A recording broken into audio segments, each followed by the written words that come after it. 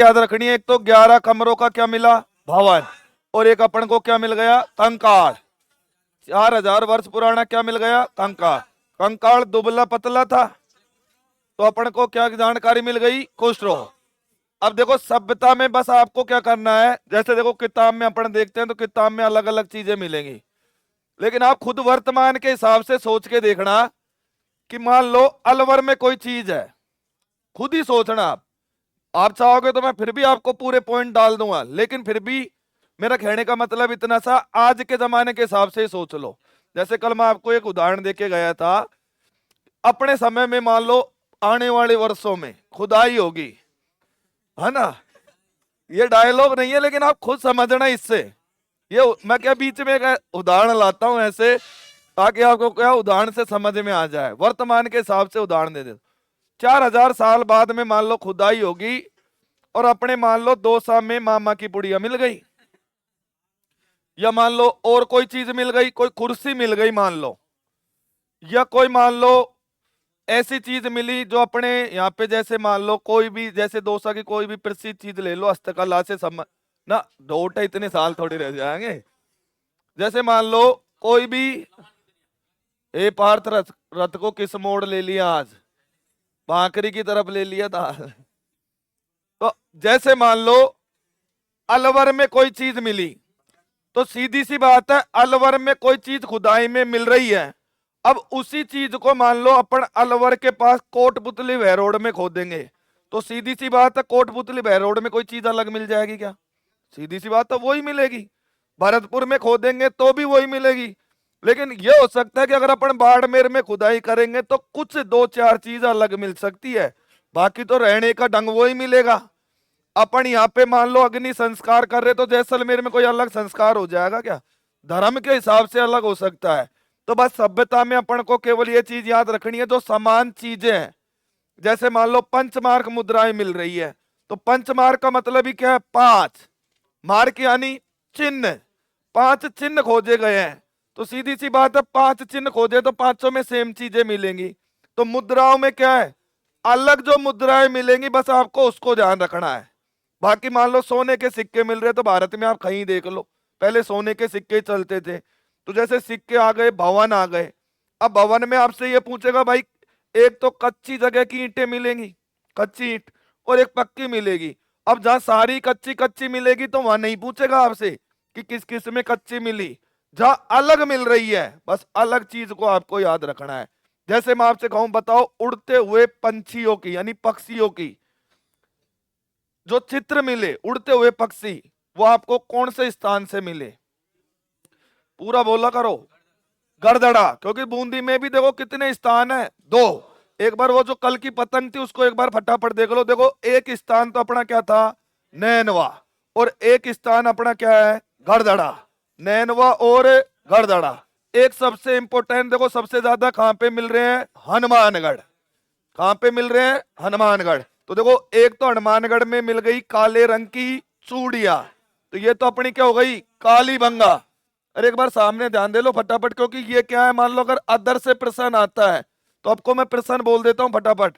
हनुमानगढ़ में एक तो मिल गई काले रंग की चूड़िया, कौन सी है, काली भंगा। एक मिल गई तो काली पीली, बचपन की याद रहो, काली पीली तोत्यो। काली पीली तोत्यो, है ना। तो काली पीली मिल गई, तो अपने तो बचपन से याद रख लो। हाँ हाँ। सबने कहा होगा ना, बचपन में यही था और क्या। तो काली पीली, हाँ तोत्यो। तो काली पीली अपनी कहां पे होगी, हनुमानगढ़। इसके बाद में तो देखो ढंग से सुनना, काली पीली अपना क्या है, रंग।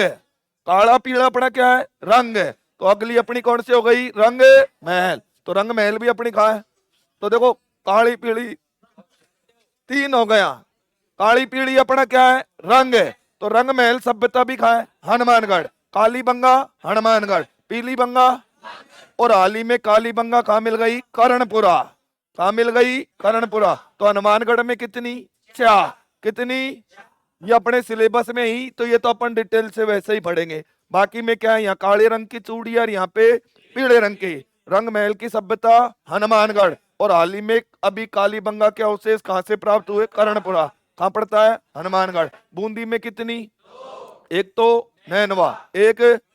अब क्या मान लो कल्चर में आपको पूछ लेगा, बताइए नैनवा स्थान पर्यटन कहाँ है, तो वो अपना कल्चर हो जाएगा। तो नैनवा अपना कहाँ पड़ता है? बूंदी। नैनवा बूंदी। गरदड़ा बूंदी। गरदड़ा। यहाँ पे मिल गई रोक पेंटिंग। रोक, रोक यानी चट्टान, रोक यानी तो यहाँ पे रोक को अपन क्या कहेंगे? सैल। और ये अपने क्या मिल गए? चित्र। तो अब देखो मान लो एक तो शब्द क्या आ रहा है? सैल चित्र। अब इस प्रश्न को ढंग से कर लेना, क्योंकि ये तुम्हारी पशुधन सहायक में एक बार ये प्रश्न आ चुका है। कैसे आया? जैसे आ जाए प्रश्न प्राचीन युग की, प्राचीन युग की चित्रशाला, ये क्वेश्चन आया है। अब ये क्या है? प्राचीन युग की बात हो रही है, जबकि ये क्या है? सभ्यता है, यानी शैल चित्र मिले। लेकिन शैल भी किसको कहा गया? रॉक पेंटिंग को। अब इस रॉक पेंटिंग में क्या है कि बर्ड राइडिंग यानी उड़ते हुए पक्षी को दिखाया गया है। तो दूसरा चित्र अपना क्या हो गया? Bird riding. तो देखो बर्ड राइडिंग का चित्र जो मिला, यानी जो अपनी शैल चित्र बने हुए हैं, तो इस शैल में क्या है? सबसे ज्यादा चित्र बर्ड यानी क्या है?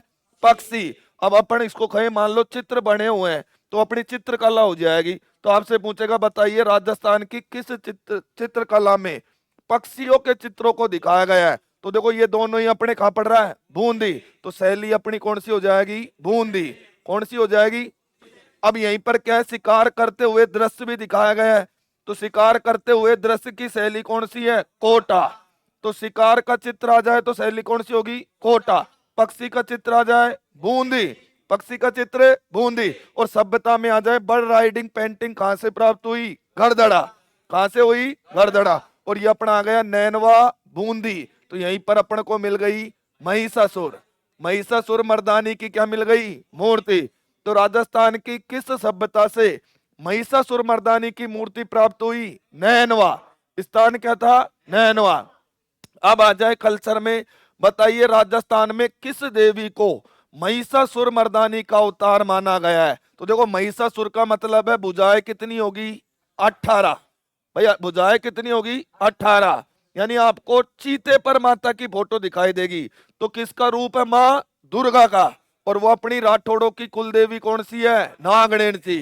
तो देखो नागणेणसी माता को ही 18 भुजाओं की क्या कहते हैं? देवी। और यही किसका रूप मानी गई है? महिषासुरमर्दानी। बताओ यहां तक सभ्यताओं में कोई दिक्कत है? दो मैंने जान चला के उसमें नहीं लिखाई, क्योंकि अपने क्या पशु मेले में ध्यान रखना है। तो एक स्थान तो कौन सा है? तिलवाड़ा। और एक स्थान कौन सा है? तलवाड़ा। तिलवाड़ा और तलवाड़ा। तिलवाड़ा कहाँ पड़ता है? बाड़मेर। कौन से लोक देवता का? मल्लीनाथ। मल्लीनाथ जी का पशु मेला कहाँ पड़ता है? तिलवाड़ा। तो चाहे सभ्यता में पढ़ लो चाहे कल्चर में, इसलिए नहीं लिखा क्योंकि 10 याद कर लोगे वो ही बहुत है, ये तो आगे ही आ जाएगा। और तलवाड़ा क्या है? तो यहाँ पे देवी बांसवाड़ा। कौन सी माता? तुरताई। त्रिपुरा सुंदरी। तो अब क्या करना है? कल्चर को हटाना है और हिस्ट्री में बस यहाँ पे ये लिखना है। ये लो, ये सभ्यता हो गई तिलवाड़ा और तलवाड़ा। तो तिलवाड़ा सभ्यता कहाँ स्थित है? बाड़मेर। और तलवाड़ा सभ्यता, लेकिन अगर आ जाए तिलवाड़ा ज्योग्राफी में आएगा तिलवाड़ा झील। तो तिलवाड़ा झील कहाँ है? हनुमानगढ़। तिलवाड़ा झील कहाँ है? हनुमानगढ़। बताओ यहां तक कोई दिक्कत है? अब अपन सिलेबस पे आ जाए तो पहली हेडिंग डाल लो बैराट। अब की बार तुम्हारे पेपर में ज्यादा चांस इस सभ्यता का है, बैराट। हाँ क्योंकि गई बार आया है और अब की बार आपने देख लिया होगा अधिकतर। देखो आपको ज्यादा कुछ नहीं करना है, सिलेबस बड़ा है, दिमाग में लोड मत लो, केवल एक चीज रखो पिछले प्रश्नों को तैयार करते रहो, क्योंकि बार बार कह रहा हूं पिछले ही रिपीट होंगे 100%। कोई बाई चांस मान लो आप 10% चांस है कि कोई नए क्वेश्चन आ जाए, पिछले घोल के पी जाओ। इसलिए मैं क्या पिछले प्रश्नों पर आपको हर टॉपिक में बार बार पहले ही बता देता हूं। लेक्चरर खूब बनो, पूरी कॉपी आपके पास है, सारा डिटेल से भी पढ़ा रहा हूं, लेकिन प्रश्न क्या कह दिया? सारणी घोल के पी जाना। प्रश्न अलग ही लिखा दिया आपको सारणी में, जो पहले सारणी बनाई है उससे बाहर प्रश्न नहीं जाएगा। और विशेष तौर से बार बार कह रहा हूं खोज और उत्खनन, इनको याद कर लेना। बाकी पढ़ना तो पूरा है ही वैसे भी, लेकिन इन पे ज्यादा ध्यान रखना है। अब आ जाइए, थोड़ी देर कॉपी छोड़ दो, युग से शुरू करता हूं, बस क्रम से चलोगे पूरी बैराठी आपकी क्लियर हो जाएगी, चाहे फिर कितना ही डिटेल में प्रश्न आ जाए। देखिए सभ्यता कौन सी है, बैरा। सभ्यता कौन सी, बैरा। कहां पड़ता है, जयपुर। कहां पड़ता है, बैराठ की पहाड़ियों को क्या कहेंगे, बीजक की पहाड़ी। बीजक की।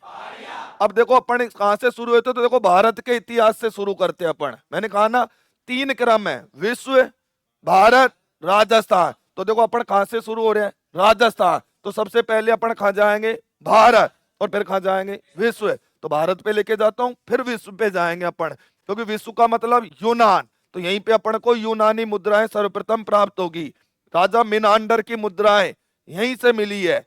विदेशी यवन मुद्राओं को कहा जाता था इंडो गिर्क। तो 28 और 8 मुद्राएं, 8 सूती के वस्त्र में लिपटी हुई चांदी की मिली। तो सर्वप्रथम भारत में चांदी की मुद्रा चलाने वाले शासक कौन थे, तो देखो विदेशी कितने भागों में आए, 4।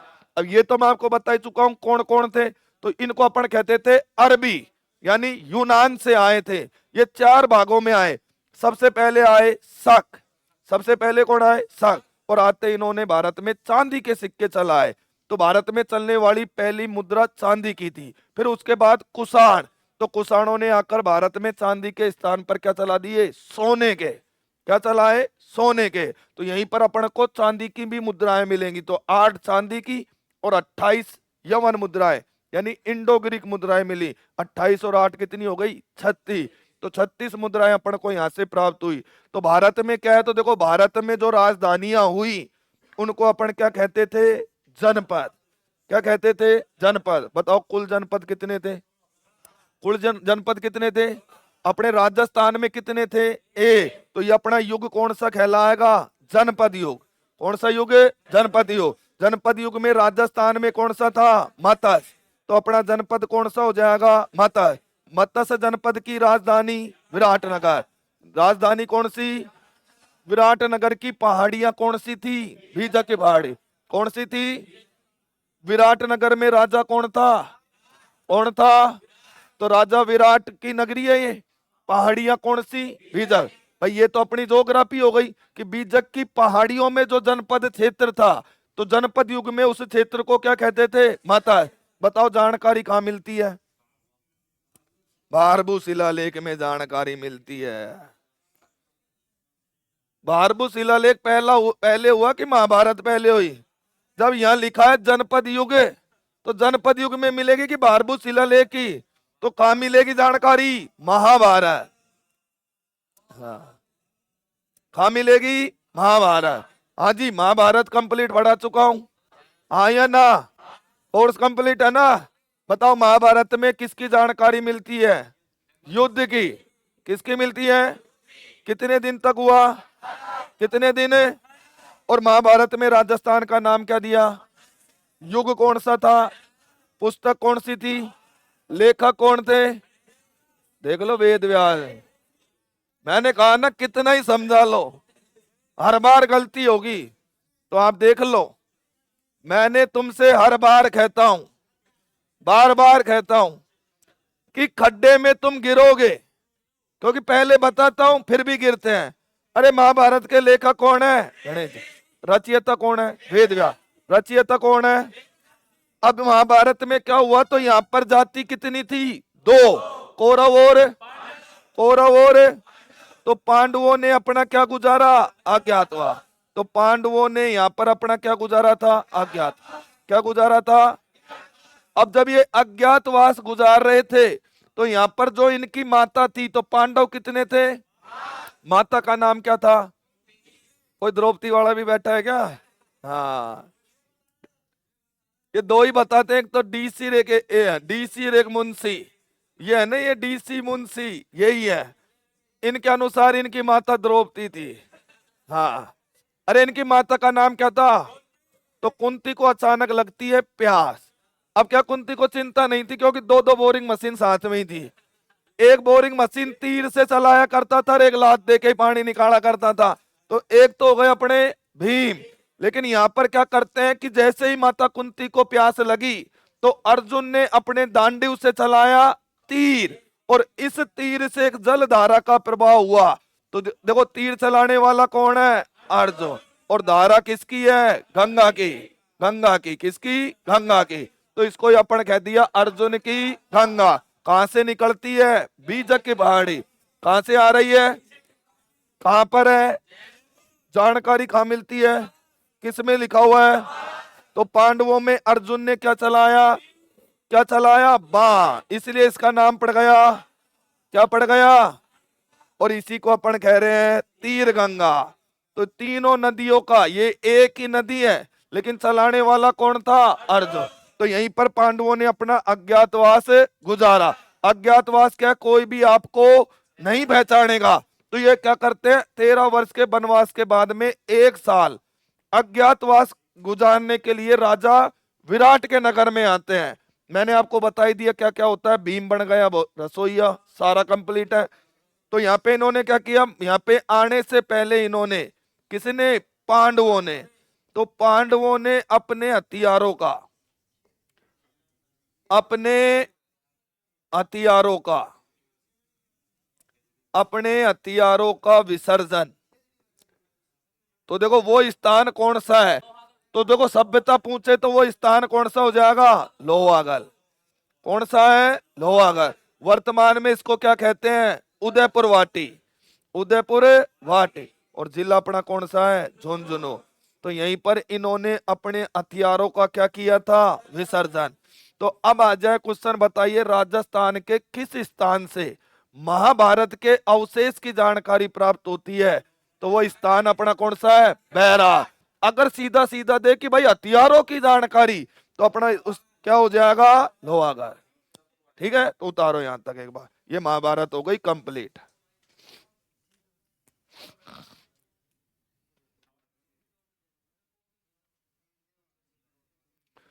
तो महाभारत से जुड़ा हुआ कोई भी प्रश्न आ जाए, सीधा उत्तर लगाना है बैराट, क्योंकि अज्ञातवास अपना यहीं गुजरा है।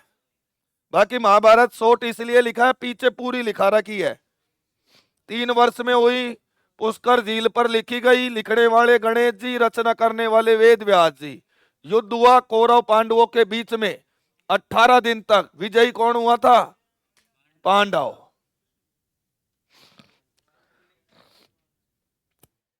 फील्डिंग साइड थी।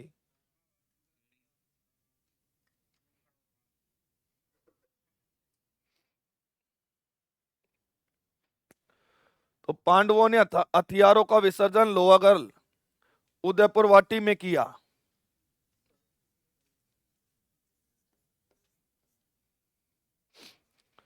तो ज्योग्राफी में हो ही गया, उद्गम है ये, है ना? उद्गम स्थान कि बाण गंगा का उद्गम किन पहाड़ियों से हुआ? तो वो है अपनी बीजक की पहाड़ियां।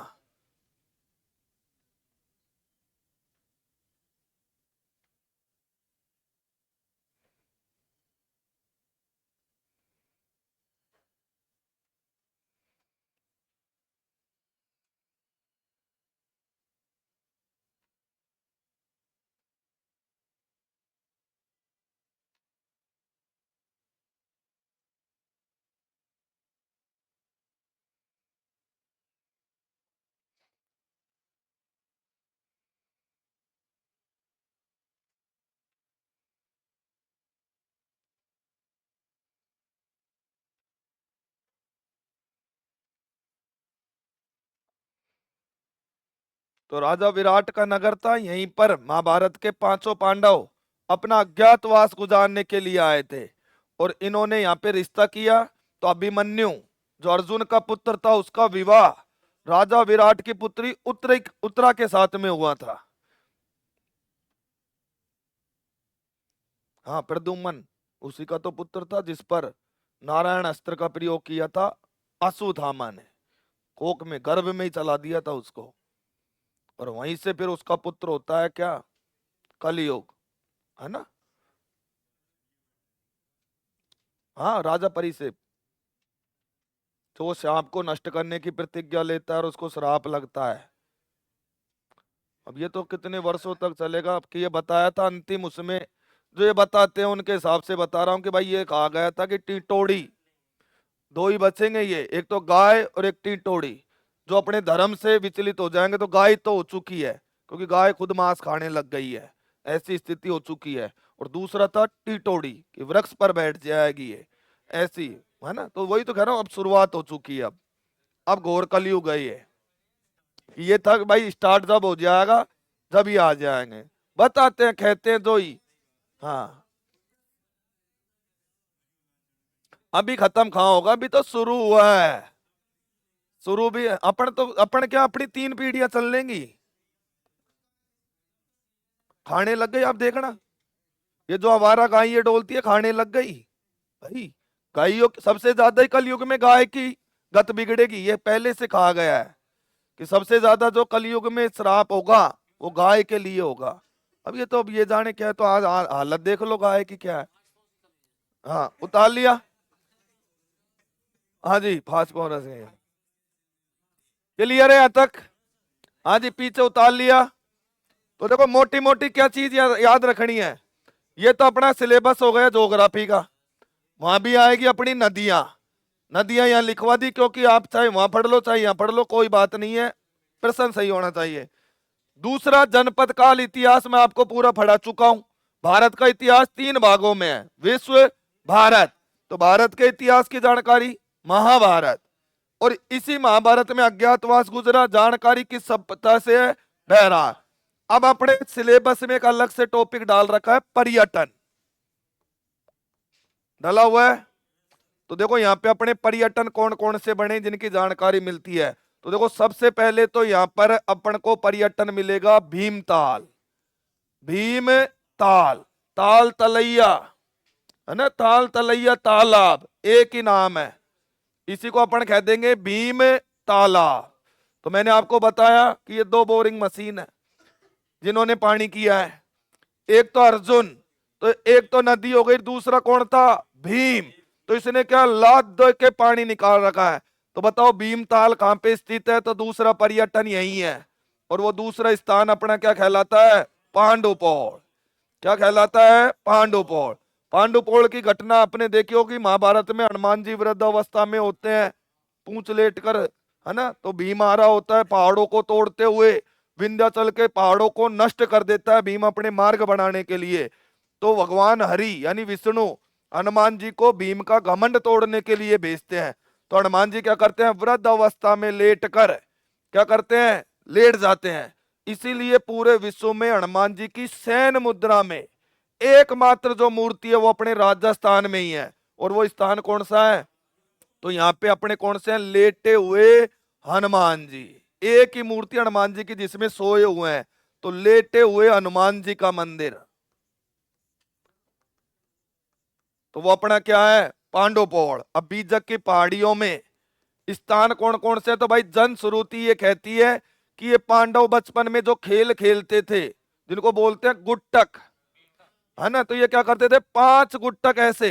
तो ये भाई 5 गुट्टक कभी देखने हो इनके, तो वो पर्यटन स्थल पे चले जाना। कौन कौन से हैं, तो एक तो है भीम डोंगरी।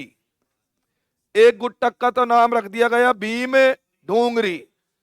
एक गुट्टक है महादेव डोंगरी। महादेव डोंगरी, पूरे 5 डूंगर है ये, 5 पहाड़। और उन 5 पहाड़ों से तो भाई ये गुट्टा खेलते थे। अब आप सोचो ये क्या होंगे। मेरे तो अचंभा इस बात का नहीं है कि पहाड़ तो देख के लग रहा है कि होंगे, मेरा अचंभा वो टेलर ने पजामा बनाकर जेब क्या लगाई होगी, आएगा खाओ जिनको रख रहा है वो। और वो जूती किसने बनाई होगी, है ना। तो ये कल्पनीय लगती है, लेकिन क्या प्रमाण है, जाके देख लेना। पांडव पोड़ में पूरा पैर बना हुआ है, जिसमें पूरा पाताल तोड़ कुआ है। इतने वर्ष हो गए आज तक पानी नहीं सूखा, तो रियल है। अपन ये भी नहीं कह सकते क्योंकि प्रमाण मिल रहे हैं। और सभ्यता क्या है, पूरा प्रमाण ही तो है, रहने का ढंग कि क्या क्या हुआ। तो पांडव पोड़, भीम डोंगरी, भीमताल, महादेव डोंगरी, और महादेव जी के पुत्र। तो एक पर्यटन है यहाँ पे गणेश डोंगरी। तो ये अपने हो गए बैराट सभ्यता के पर्यटन स्थल। उतार लो।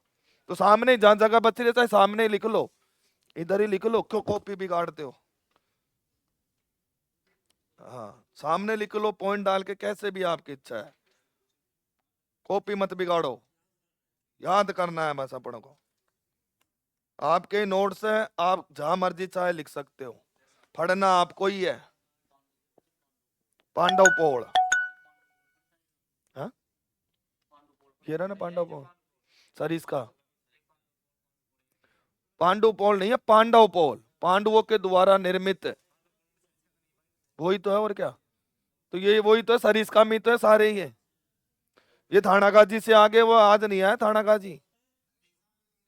हाँ ये उधर ही है, विराटनगर थानागाजी, मुंशी, ये रहा। हाँ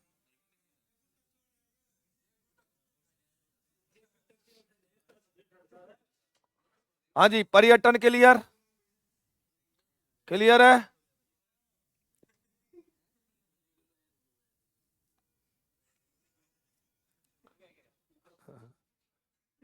एक एक चीज चलते जाना। महाभारत हो गया, और महाभारत से जुड़े हुए पर्यटन, तो देखो नाम से ही पता लग रहा है किसने बनाया, भीम ने। पांडव पोल में बता दिया, हनुमान जी पूंछ को लेकर लेट गए थे, तो वो स्थान है अपना पांडव पोल। हनुमान जी की एकमात्र प्रतिमा जिसमें हनुमान जी लेटे हुए हैं। तो देखो पुराने बैच को पूरे हनुमान जी के मंदिर पढ़ा चुका हूं। आपको पता है अभी हाल ही में एक हनुमान जी के मंदिर में रोप वे भी स्थापित हुआ है। दोसा नहीं, वीर हनुमान मंदिर, सामोद। कहां पे हुआ है, सामोद सोमो। उसमें इंपोर्टेंट, अब तो देखो तुम्हारे सिलेबस में करंट जीके जुड़ चुकी है, तो करंट जीके में आपको क्या याद रखना है, दो क्वेश्चन इंपोर्टेंट याद रख लेना, एक छपेगा। एक तो क्या आपको पता है पहली बार टैबलेट परीक्षण हो चुका है, और वो भी सफल हुआ है। किस पक्षी के नाम पे है, घोड़ावन, ध्यान रखना। राजस्थान का पहला परीक्षा के लिए टैबलेट सफल परीक्षण हुआ है, ये सफल हो गया है। अब हो सकता है 100 नहीं कह रहा, लेकिन जहां तक है 90% मान लो तुम्हारी एलएसए की भर्ती टैबलेट से होगी। क्यों तुम कहोगे ऐसा क्यों कह सकते हो, क्योंकि तुम्हारा सिलेबस देख लेना। दैनिक कंप्यूटर क्यों जोड़ा है ये, वो इसीलिए जोड़ा गया है क्योंकि आप हर भर्ती देख लो, जब चपड़ासी की भर्ती में कंप्यूटर जोड़ दिया तो समझ जाओ कि परीक्षा 100%। लेकिन मैं ये चाहता हूं कि ईश्वर से कामना करो कि टैबलेट पे नहीं हो, नहीं तो तुम भूल जाना। क्यों, क्योंकि ऑनलाइन परीक्षा महान घोटाला है, 100% है। अरे आजकल कौन सी चीज है जो हैक नहीं होती है, ये अंदर चल रहा होता है, कोड आ जाता है, बाहर से ही हो जाता है, बाहर गुरुजी बैठे हैं। ठीक है, इधर कहता हूँ उधर नहीं कहूंगा। हाँ तो ये चीज ध्यान रखना, इसलिए तुम्हारी तो हो जाए, ईश्वर से कामना। बाकी तो भाई सरकार है, कुछ भी कर सकती है। क्यों, क्योंकि नए नए फंडे निकालते हैं सब, पेपर आउट नहीं हो, लेकिन अब कुछ तो करें, क्योंकि ये चीजें भारत में छुपी नहीं सकती। ठीक है, तो भीमताल, पांडवपोल, भीम डोंगरी, महादेव डोंगरी और गणेश डोंगरी। अब चलते हैं आगे, देखिए आगे। हाँ जी, क्वेश्चन बताइए। कंप्यूटर के लिए चिंता मत करो, RSCIT की बुक पढ़ लेना, बाहर नहीं जाएगा। केवल MS word, power point, power point छोड़ देना। 100% कह रहा हूं, पावर पॉइंट में से तुम्हारे क्वेश्चन नहीं आएगा, क्योंकि उसमें केवल क्या डिजिटल कैमरे मैन वाले हैं, तो नहीं आएगा। पिछली भर्तियां देख लेना कोई से भी, केवल MS वर्ड और सबसे ज्यादा एक्सेल, इनकी शॉर्ट कुंजियों को पढ़ जाना। 3 क्वेश्चन इनमें से ही आएंगे। 2 क्वेश्चन जो ये फुल फॉर्म होती है ना, रैम रोम, और एक पीडी का क्वेश्चन आएगा, कंप्यूटर की पीडिया, कौन कौन सी पीढ़ियां है, इन पे ज्यादा फोकस रख लेना, इनसे बाहर नहीं जाएगा। बाकी और भी आपको आगे बता देंगे, अभी तो बहुत समय है आपके पास। ठीक है, आगे देखिए। अब यहां पे क्या था बताओ, बैराट सभ्यता की खोज कब हुई थी, 1900। लेकिन पहली बार बैराट सभ्यता में एक स्थान खोजा गया था, तो देखो बैराट की सर्वप्रथम जानकारी मिलती है कैप्टन बर्ट को। किसको मिली थी, कैप्टन बर्ट को। अब देखो कुछ किताब है शायद दिशा की और एक सिकवाल के, जिसमें 1834 लिखा हुआ है, लेकिन ये क्या प्रीवियस परीक्षा में प्रश्न आ चुका है, और एनसीईआरटी ने इसमें मानक डेट जो मानी है, तो कैप्टन बर्ट ने 1837 यहाँ पे एक स्थान को खोजा, और वो स्थान कौन सा था, भारबो, जिसको कहा गया भारबू शिलालेख, भारबू शिलालेख। अब देखो यहाँ पे शब्द क्या आ रहा, हालांकि तुम्हारे सिलेबस से ये चीजें हटा दी गई है, तुम्हारे सिलेबस में है ही नहीं, लेकिन फिर भी मैंने करा दी और आपको लिखा दिए कि बाई चांस क्या करते हैं, सिलेबस से हटा तो देते हैं, लेकिन दे दिया तो क्या कर लोगे, तो भी मैंने लिखा दिया। बताओ, देखो नाम क्या है, शिला लेख। किस पे लिखा होगा, चट्टानों। तो देखो ये शिलालेख क्या है, सर्वप्रथम भारत में जो शिलालेख लिखवाने वाले राजा था उसका नाम था सम्राट अशोक। सम्राट अशोक कौन था, तो भारत में सर्वप्रथम महान हिंदू सम्राट जो राजा हुआ वो राजा था चंद्रगुप्त मौर्य। चंद्रगुप्त मौर्य। अब देखो नाम के पीछे क्या लगा हुआ है, अरे ये वो तो मैं लिखूंगा जो ही दिखता है तुमको, तो चंद्रगुप्त मौर्य। तो चंद्रगुप्त मौर्य कौन था, तो इसका जो गुरु था, तो इसके गुरु का नाम क्या था, चाणक्य। चाणक्य का ही दूसरा नाम क्या था, कौटिल्य। क्या नाम था, और कौटिल्य का वास्तविक नाम था विष्णु गुप्त। अब बताओ ये कहाँ का था, हाँ बांदी कोई का, अवस्थी कह रहा है बांदी कोई का, हाँ अलवर। खुद खुद का खेल लो, हाँ रे डीसी जीरोता मोड़ का था ये, खान वाकरी का था। तो ये देखो अपने कहाँ का था, पाकिस्तान। ये यहाँ का था ही नहीं, कहाँ का था, ये पाकिस्तान। अब क्या है, ये माहिर था, अर्थशास्त्री था, राजनीतिक था। इसके समय पे क्या एक महान राजा था जिसका नाम था घनानंद। क्या नाम था, घनानंद। घनानंद राजपाट था, पूरे भारत पर साम्राज्य कर रहा था घनानंद। एक दिन अचानक क्या है, जब दक्षिणा के लिए पहुंचा तो घनानंद ने इसकी दरबार में बेइज्जती कर दी। अब बेइज्जती हुई तो इसने क्या, घनानंद के भरे दरबार में अपनी सिका पर गांठ बांध ली, चोटी बांध ली, कि जब तक घनानंद के साम्राज्य को समाप्त नहीं कर दूंगा तब तक कभी भी चैन से नहीं बैठूंगा। और जब ये शपथ लेकर आ रहा था तो इसकी नजर शूद्र वंश के शासक चंद्रगुप्त पर पड़ी। तो इसने क्या, पूरी शिक्षा दीक्षा किसको दी, चंद्रगुप्त को। और चंद्रगुप्त से घनानंद के साम्राज्य का समापन करवाया। तो गुरु तो हो गया ये। और इसी चंद्रगुप्त मौर्य का जो पौत्र हुआ, पोता, वो पौत्र कौन था, तो उसका नाम था सम्राट अशोक। सम्राट अशोक। तो सम्राट अशोक ने सर्वप्रथम भारत में अपने इतिहास को छपाने के लिए क्या लिखवाए थे, शिलालेख। जिसमें इसका सबसे प्रसिद्ध जो शिलालेख हुआ वो स्थान कौन सा था, भारबू। कौन सा था, भारबू। ये क्या है, विराटनगर से आगे एक स्थान है, गांव का नाम है ये, जहां पे ये शिलालेख लिखा हुआ है। इसलिए इस शिलालेख का नाम ही क्या रख दिया, भारबू। और इस शिलालेख में यहाँ पे जानकारी दी कि जो ये सम्राट अशोक था ये गुप्त वंश के शासक उपगुप्त से बड़ा प्रभावित हुआ।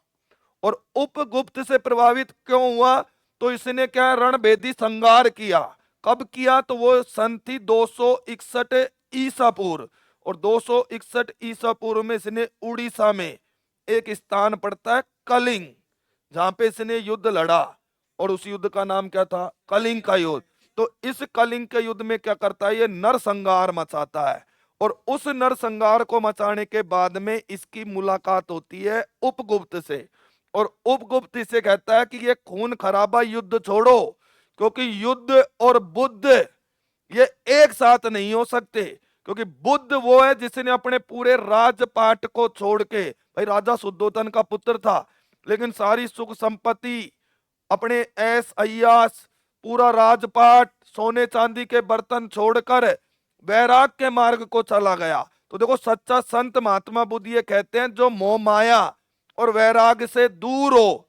लेकिन आज के संत आप देखना वो क्या है, सारी सुख संपत्तियों में थे गरीब, लेकिन सुख संपत्ति पाने के लिए संत बन रहे हैं। वो संत हो ही नहीं सकते।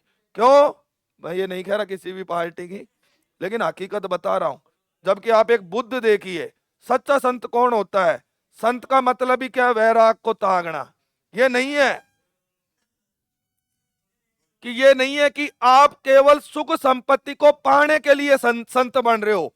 आपसे तो ज्ञान दे रहे हैं कि ये सारी सुख संपत्ति छोड़ दो, कुछ नहीं रखा है, ये दान करो, फलाना करो, है ना। खुद आ रहे बड़ी बड़ी ऑडियो में और तुमसे कह रहे हैं कि भाई ये कुछ नहीं रखा है, ये सब मोह माया है। तो एक काम करो ना, तुम छोड़ दो। तुमने तो चारों तरफ लगा ली ऐसी बड़ा स्टेज, और फिर ज्ञान दे रहे हो। और पब्लिक भी आप सोचो कितनी मूर्ख है। एक बार यही तो कह दो कि साहब तुम तो छोड़ो, तुम तो साधु संत हो, हम कौन से साधु संत हैं। तुमने तो गोरख मठ छोड़कर भी यूपी की कुर्सी पकड़ ली, जबकि संत का काम ये नहीं होता है। सच्चे संत का काम है कुर्सी छोड़कर मठ को पकड़े। तो महात्मा बुद्ध इस बात को कहते हैं कि सच्चा साधु वो होता है जो अपने राजपाट को छोड़कर वैराग की तरफ चला जाए। तो जब महात्मा बुद्ध के बारे में अशोक ने सुना तो अशोक भी बड़ा प्रभावित हुआ, और अशोक क्या करता है, इसके लिए रणभेदी का नारा छोड़कर धम्ब का नारा लगाता है। तो ये भारभू शिलालेख क्या है, तो इसमें क्या करता है, अशोक त्रिरत्न की जानकारी देता है। कितने रत्न की जानकारी मिली? 3। पहला तो था बुद्ध, दूसरा है धम्ब, और तीसरा क्या था, संघ। तो अशोक ने क्या किया, कलिंग के युद्ध के बाद में भारत में एक प्रसिद्ध नारा दिया, और वो क्या था, दम्भ। क्या था, दम्भ। इसलिए आप देख लेना, भारत से कोई भी बाहर विदेश में जाएगा तो ये केवल भगवान, ये राम और कृष्ण जी का रोड़ा यही है, इसके अलावा विश्व में कोई नहीं जान रहा। भारत से बाहर जाओगे तो 2 ही नाम चलते हैं, एक तो बुद्ध। आप देखना, अभी अंबानी की गई थी, ये अपने G20 हुआ था, ओलंपिक गेम हुआ था, तो आप देख लेना, नीता अंबानी ने जाते ही कहा था बुद्धाय नमः, नहीं जाके वहां कह देती जय श्री राम, लेकिन कोई जानता ही नहीं है। क्यों? क्योंकि विदेश से बाहर भूमि पर जितने भी मत मानने वाले हैं, उनमें सबसे ज्यादा जो धर्म चलता है वो बुद्ध चलता है। क्योंकि बुद्ध ने कहा लड़ाई झगड़े में कुछ नहीं रखा, ये नफरतों में कुछ नहीं रखा, मिल के रहिए, युद्ध को छोड़िए, बुद्ध को अपनाइए। तो बुद्ध धर्म के मार्ग पर चला जाता है अशोक। तो देखो अशोक का वंश कौन सा है, मौर्य। तो बैराठ में ही अपन को कौन से वंश की जानकारी मिल गई, मौर्य। तो यहीं पर अपन को मिल गए मौर्य कालीन अवशेष। क्या मिला, तो वो शिलालेख कौन सा था, भारभू। किसने लिखवाया, सम्राट अशोक ने। सम्राट अशोक कौन था, तो ये चंद्रगुप्त मौर्य का क्या है, पौत्र। और इसे खोजा किसने था, तो खोजने वाला इतिहासकार था कैप्टन बर्ट। कब खोजा था, 1837। शिलालेख का नाम क्या था, भारभू। अब मैं आपसे कहूं कि बताओ भारभू शिलालेख में किस बात की जानकारी लिखी हुई है, तो सम्राट अशोक ने हिंदू धर्म को छोड़कर कौन सा धर्म अपनाया था, बौद्ध। और कितने नारे दिए, 3, कि जीना है सृष्टि में मार्ग को अपनाना है, तो 3 चीजें अपनाओ, एक तो बुद्ध, एक दम्भ, और तीसरा संघ। तो ये 3 नारे किसने दिए थे, तो ये देने वाला था सम्राट अशोक। तो मौर्य कालीन अवशेष राजस्थान की किस सभ्यता से प्राप्त हो रहे हैं, बैराठ। अब देखो मौर्य में ये कौन से धर्म को अपना रहा है, बुद्ध। तो यहीं पे अपन को मिल गए बौद्ध कालीन अवशेष। तो देखो एक तो महाभारत की जानकारी याद रख लो, एक मौर्यों की जानकारी, और एक हो गई अपनी बौद्ध। तो एक बार उतारा है, एक एक क्रम से चलते जाओ। सबसे पहले जनपद युग, तो जनपद में अपन को जानकारी मिल गई महाभारत की। फिर आ जाइए अपने भारतीय इतिहास पे, तो यहाँ पे सर्वप्रथम जो शासन रहा वो मौर्यों का रहा था, है ना। अब इन मौर्यों को यहाँ से किसने भगाया, तो सीधा मेवाड़ जुड़ जाएगा, मान मौर्य को हराकर काल भोज कब्जा कर लेगा, ठीक है। तो इसलिए क्या है, यही सारी आगे जाकर जुड़ेगी। ये ढंग से समझ में आ गया, राजस्थान का इतिहास कुछ भी नहीं है। फिर थोड़ी सी गड़बड़ बस आपको यहीं होगी, क्योंकि आपके सिलेबस में राजस्थान है और ये थोड़ी भारत की जानकारी है।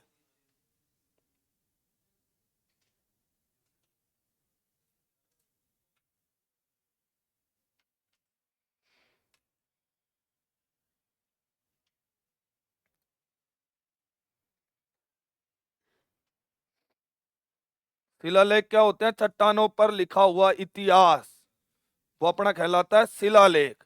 पट्टे भैया खातेदारी, तो वो अपना कहलाएगा अभिलेख, ठीक है। प्रसिद्धि प्रशस्ति, उपलब्धियां ख्याति। तो ये भारभू गांव में चट्टानों पे जो लेख लिखा है किसके बारे में संबंधित है, सम्राट अशोक।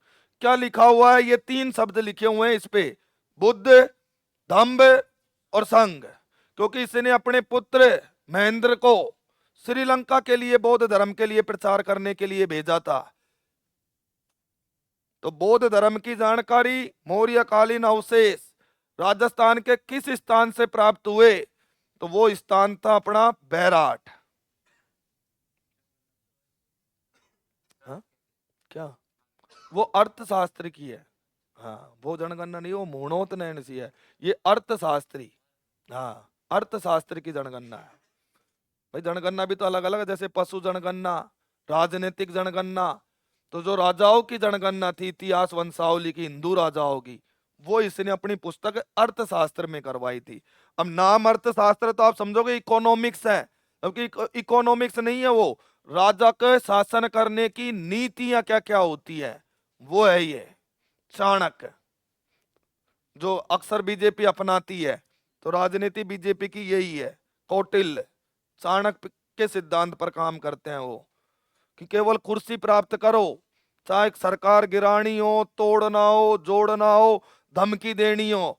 क्योंकि चंद्रगुप्त ने कसम खाई थी, कुछ भी करूंगा, श्याम दाम दंड भेद, लेकिन घनानंद को बर्बाद करके छोड़ूंगा। तो आप देख लेना, ये लोकतंत्र संविधान भविधान कोई मतलब नहीं है इनको। तो एक ही चीज है, बस कुर्सी को हासिल करना है, क्योंकि असली राजनीति यही है। तो वो राजनीति करते हैं ये।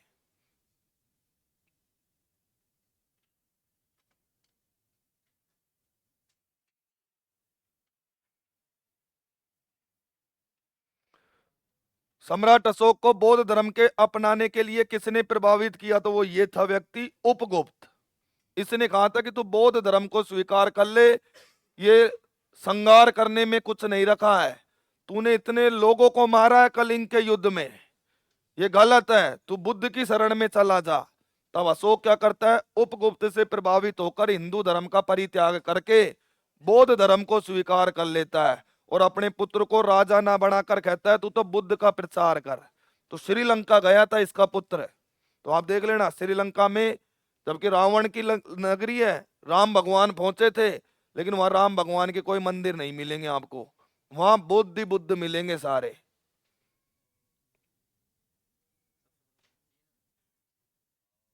बावड़े हैं और क्या है। तो हिंदू आप या भारत में क्या मान रहे हो, बौद्ध धर्म को मानने वाले नहीं है? अरे बरोबर ही है, ये राम भगवान 4 डिस्ट्रिक्ट में है, बाकी अलावा खानी खत्म है, साउथ में बोनी नहीं है। वो पुष्पा जेल में गया और जमानत होगी सुबह। हाँ पुष्पा जेल में गया, जाएंगे वो तो सब जाएंगे। नरेश मैंने कही दिया था भाई, जो जाएंगे। तो एंटी बीजेपी प्रचार किया था पुष्पा ने। अब क्या है कि ट्रेलर जब लॉन्च हुआ तो भगदड़ मच गई, एक महिला मर गई बेचारी। कितनी मरी? एक।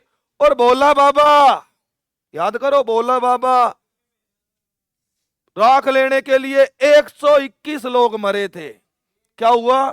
कुछ नहीं हुआ, क्योंकि बाबाओं का और बाबुओं का कुछ होने वाला नहीं है। मौज है इनके, बाबू और बाबा, हम मजे लेंगे और क्या है। अभी नहीं हो, पूछ लूंगा। उतार लिया, कैप्टन बट ने खोज लिया, लेकिन बैराट को नहीं खोजा है। किसको खोजा है? भारबो। जबकि बैराट सभ्यता की खोज करने वाला ये थोड़ी था। कौन था? तो दयाराम साहनी। उतार लिया तक, आगे का सब कुछ लिखा ही रखा है।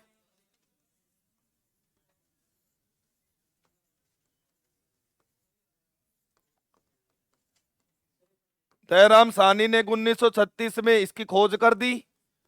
खोज करने के बाद में 1961 और 1962 के बीच में इसका क्या हो जाता है? उत्खनन। और उत्खनन करने वाले एक तो है कैलाश नाथ दीक्षित, और दूसरे हैं नील रतन बनर्जी।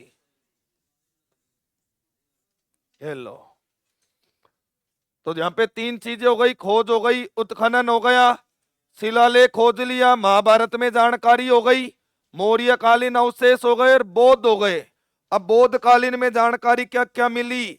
तो एक तो यहां पर मिल गई महात्मा बुद्ध की, महात्मा बुद्ध की क्या मिल गई? प्रतिमा। तो देखो पहली ज्ञात फसल कौन सी थी भाई? पहली ज्ञात फसल कौन सी थी? कपास। पहला पालतू कुत्ता। पहली फसल हो गई कपास। पहली धातु, पहली धातु। अब पहली बार किसी भगवान की प्रतिमा मिली है, तो मानव की पहली ज्ञात प्रतिमा। मैंने कहा ना ये राम बाद में है, 500 साल बाद तो मंदिर बना है, अब बन रहा है।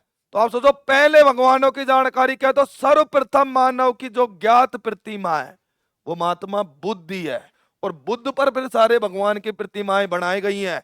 जब भी तो आप देखते होंगे आजकल भारत देश में क्रेज चल रहा है, मस्जिद खुदवाओ, देखना इसके नीचे मंदिर मिलेगा। मंदिर नहीं मिलेगा, बुद्ध मिलेगा। लेकिन क्या लोगों ने इतिहास तो पढ़ा नहीं। आप कहीं खुदवा दो, गारंटी से महात्मा बुद्ध मिलेगा। लेकिन क्या बुद्ध को और भगवान शिव को आप पहचान ही नहीं सकते? क्यों? क्योंकि दोनों ही किस मुद्रा में है? इस मुद्रा में है। देखना आप, जब तो कांग्रेस ने चुनाव चिन्ह ये उठाया है। ये क्या है? डरो मत। राहुल गांधी ने आपको पता नारा दिया था डरो मत। तो ये क्या है? ये सब इतिहास है कि आप जहां भी खोजोगे कहेंगे ये तो बहुत पुराने हैं।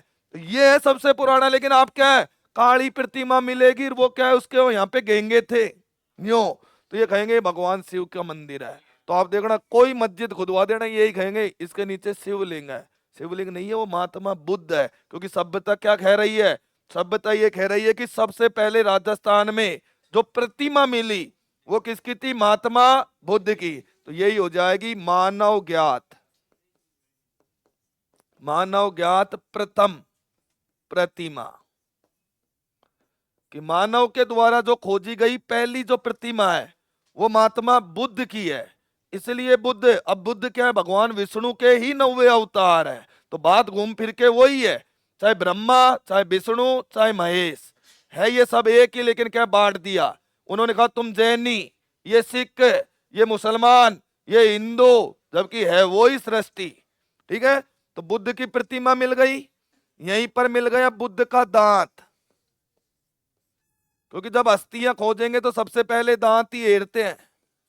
तो बुद्ध की अस्थियां कहां से प्राप्त हुई? तो वो स्थान भी यही है। और अस्थियां क्या थी? तो जयपुर का राजा था राम सिंह, राम सिंह द्वितीय, इसने करवाई खुदाई, और इस खुदाई में इसको मिल गई स्वर्ण मंजूषा। स्वर्ण मंजूषा मिली। मंजूषा जानते हो क्या होती है? हिंदू तो नहीं जानते होंगे। अरे जिसमें अस्थियां रखकर बहाने के लिए जाते हैं, कलश। तो ये क्या है? हिंदी में लिख देता हूं, क्योंकि अंग्रेजी लिखता हूं तो तुमको समझ में नहीं आती है हिंदी, और हिंदी लिखता हूं तो तुम अंग्रेज बन जाते हो।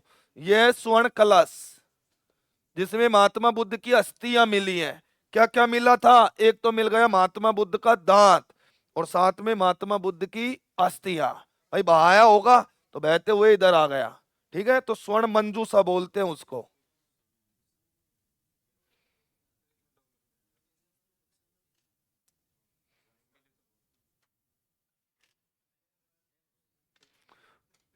चलो समय हो गया मेरे तो। आज वो भाखरी में ही पटक दिन ट्रेन को, दो दो ट्रेन।